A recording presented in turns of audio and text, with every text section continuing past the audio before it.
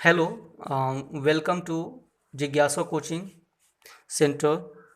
और आज का जो हमारा टॉपिक है क्लास 7 का साइंस। साइंस में आज हम पढ़ेंगे न्यूट्रिशन इन एनिमल्स। इससे पहले हमने पढ़ा था nutrition in plants. Nutrition in animals में कुछ पहले हम इसके बारे में जान लेते हैं न्यूट्रिशन है क्या।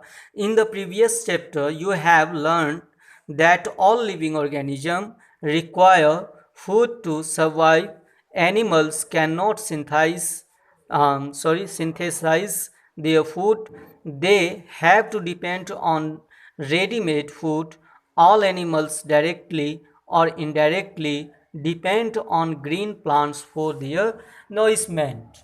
इन द प्रीवियस ईयर हमने पिछले चैप्टर में पढ़ा था जो जो सभी जीव जो हैं वो फूड के लिए सरवाइव करते हैं। और एनिमल्स जो है वो अपना फूड जो है वो खुद नहीं तैयार कर सकता है, तो वो दूसरों पे डिपेंड होते हैं।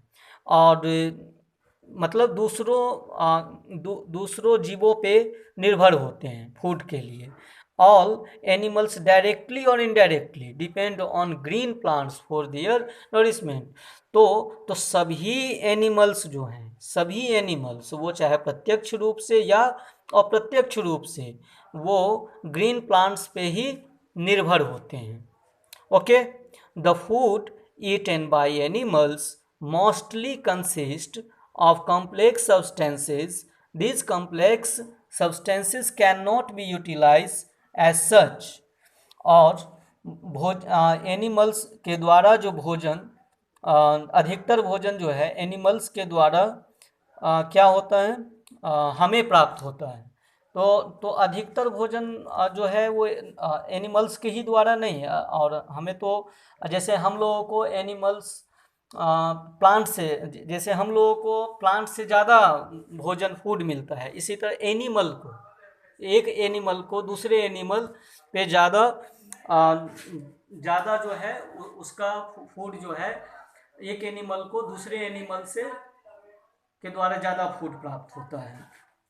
These complex substances cannot be utilized as such, so they are broken down into simpler substances. The breakdown of complex components of food into simpler substances so that they can be used by the body cells is called nutrition. और हमने पिछले chapter में भी nutrition का definition पढ़ा था। तो nutrition क्या है, तो न्यूट्रिशन जो कंपोनेंट ऑफ फूड है वही न्यूट्रिशन, हम उसी को न्यूट्रिशन कहते हैं। नेक्स्ट आगे हम देखेंगे न्यूट्रिशन इन डिफरेंट एनिमल्स।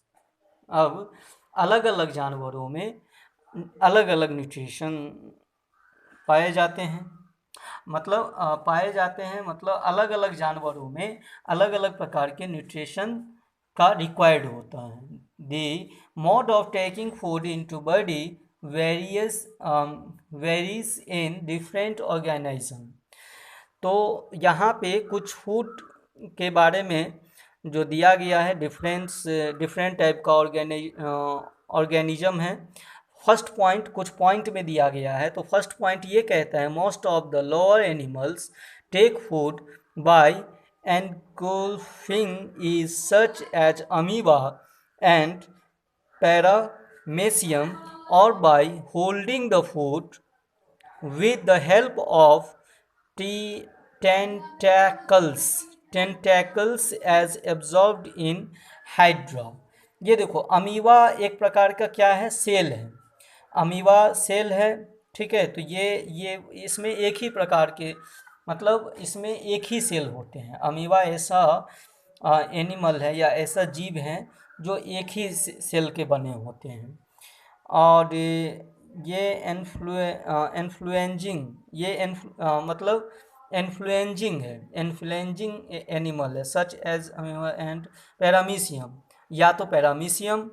और ये क्या होता है, ये फूड जो है वो इंटेंडिकल्स एज एब्जॉर्ब्ड इन हाइड्रा, और ये हाइड्रा में एब्जॉर्ब करके ये अपना फूड तैयार करता है। नेक्स्ट पॉइंट में भी अमीबा को ही बताया गया। Amoeba changes is its shape constantly It pulses out one or more finger-like outgrowths called pseudopodia.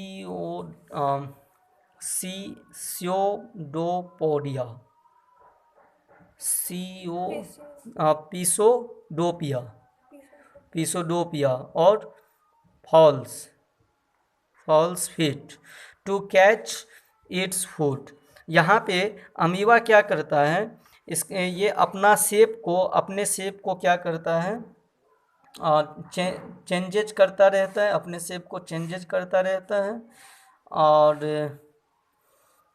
एक से अधिक बार जो है क्या करता है, एक से अधिक बार वो मतलब दबाव पे उसका जो है शेप्स बदलता रहता है, उसका शेप्स बदलता है, और वो बाहर की ओर ज़्यादा ग्रोथ होता है, और इसी को हम क्या कहते हैं, सियोडोपोडिया, या इसे फॉल्स फीट भी कहते हैं, टू कैच इट्स फूड। और ये इससे ही वो भोजन अपना पकड़ता है या भोजन प्राप्त करता है। When it sense food it pushes out